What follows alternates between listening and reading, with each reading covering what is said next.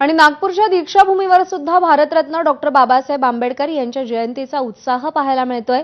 दीक्षाभूमीवरती भीम अनुयायांनी मोठी गर्दी केल्याचं दिसतंय, तर बँड पथकानं देखील सादरीकरण केलंय। जयंतीनिमित्त आज नागपुरातील दीक्षाभूमी, ड्रॅगन पॅलेस, संविधान चौकामध्ये विविध कार्यक्रमांचं आयोजन करण्यात आलंय।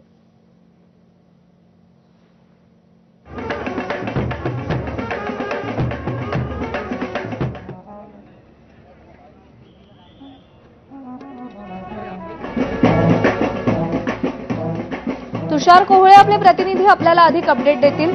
तुषार, आज दीक्षाभूमीवरती कसा उत्साह पाहायला मिळतोय, काय चित्र आहे तिथे?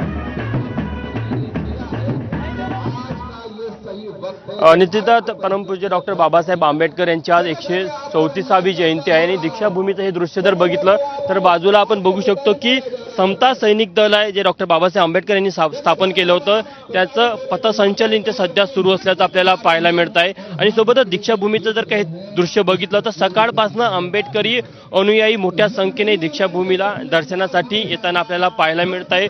संपूर्ण राज्यामध्ये आज आंबेडकर जयंतीला घेऊन एक वेगळा उत्साह पाहायला मिळत आहे आणि त्याच पार्श्वभूमीवर अशा प्रकारचं दृश्य नागपूरमध्ये देखील आपल्याला दीक्षाभूमी ते पाहायला मिळत आहे की दिवसभर इथे वेगवेगळे कार्यक्रमाचं आयोजन करण्यात आलेलं आहे। सध्या आपल्याला पाहायला मिळतं की समता सैनिक दलाचं हे पथसंचलन सुरू आहे आणि महत्त्वाची गोष्ट की या समता सैनिक दलामध्ये लहान मुलं असेल, विद्यार्थी असेल, सिनियर सिटीजन असेल, हे देखील आपल्याला पाहायला मिळत आहे। आणि बाजूला बघा मोठ्या संख्येने आंबेडकरी अनुयायी इथे आलेले आहे, ते देखील डॉक्टर बाबासाहेब आंबेडकर यांच्या अस्थि कलशाचं दर्शन घ्यायला आलेले। काय भावना इथे आल्यानंतर तुम्हाला काय वाटतं ताई?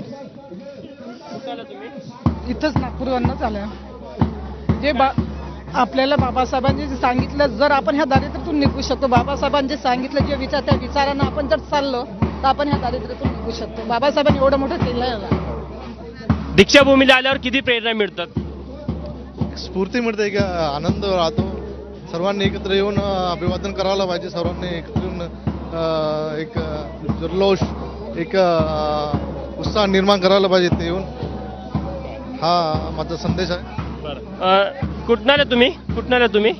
मी इथूनच आली आहे, इथेच राहते नागपूरमध्ये। काय प्रेरणा मिळतात दीक्षाभूमीला बरोबर आहे, आज आल्यानंतर? प्रत्येकाच्या मनामध्ये कृतज्ञतेची भावना आहे डॉक्टर बाबासाहेब आंबेडकर यांच्या प्रती आणि जाणीव होते आपल्याला आणि काहीतरी करावं अशी प्रेरणा मिळते। तुषार, आपण पाहतोय प्रत्येकाच्याच मनामध्ये आज अत्यंत कृतज्ञतेची भावना आहे।